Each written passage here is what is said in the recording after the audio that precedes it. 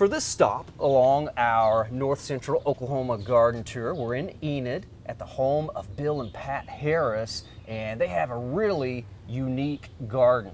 And here to show us around is Pat Harris. Hey Pat, welcome to the show. Thank you. Pleasure to have you here. Great to be here. I love your garden. Thank you. And when you guys moved in here, you had the house designed and the garden, and you don't have any turf. No grass to mow. Okay, you have a hardscape, and then you have planting areas. Right. Okay, and you were wanting a particular look, especially back here in the back.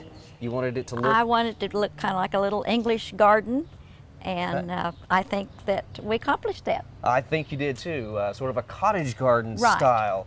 And you had a certain landscape designer help you Yes, put this in? Michael Chase is the landscape designer, and like I say, I just kind of gave him a few ideas of kind of what I wanted, and he took it from there. Okay, well, I really like it. I love the look of this corridor. It doesn't look like a straight hallway. You've got the curving Right, path. we wanted the curved pathway. And, got a few Anyway. crepe myrtles here, and the red choke cherry back there, and just loaded with perennials and a few shrubs. And I saw some of the knockout roses back here. And then this Hasta is just gorgeous right now with these flowers. Which Hasta do we This have is here, a Pat? Francie Hasta, Okay. and it has done very, very well. They're so big and pretty this season, so we're pleased with how they've done, and so far the heat hasn't bothered them that much. Okay, that is an outstanding Hasta. You get both the color from the foliage there with the variegation along the edge, and then the flowers are just some of the very showy flowers for a Hasta. Usually we think of only the foliage being the main thing for those, but got some beautiful lavender colored flowers there. And right here I see an interesting little plant that I sometimes see out in the pastures around Oklahoma. Right. Did you have anything to do with getting that there? Yes, I did.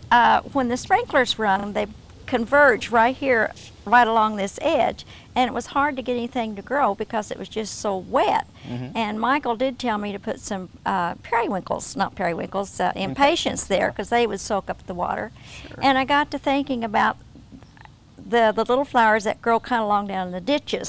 And I thought, well, I wonder if I can get those. So I just went out and got some seed and scattered it out here, and they've taken off, and I've had to thin them a couple times because they've taken off a little bit too well. Okay, But so they were very successful. It's Yes. beautiful little coreopsis or they're just one of my favorite. favorite little wildflowers. Great. It's always good to have those favorites in the garden.